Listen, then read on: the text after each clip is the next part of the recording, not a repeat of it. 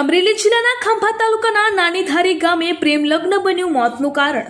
પ્રાપ્ત માહિતી મુજબ નાનીધારી ગામના રહેવાસી જયરાજભાઈ ધાખડાએ ઇંગોરાળા ગામના રહેવાસી સુરમીલાબેન સાથે આશરે 6 માસ પહેલા પ્રેમ લગ્ન કર્યા હતા, પરંતુ સુરમીલાબેનની સગાઈ કંથારિયા ગામના રહેવાસી મયુરભાઈ સાથે અગાઉ થયેલી હતી, પરંતુ જયરાજભાઈ અને સુરમીલાબેન વચ્ચે પ્રેમ થતા તેઓએ પ્રેમ લગ્ન કરી દીધા હતા, પરંતુ આ વાત મયુરભાઈને પસંદ ના આવતા તેઓએ જયરાજભાઈને સજા દેવાનું નક્કી કર્યું હતું।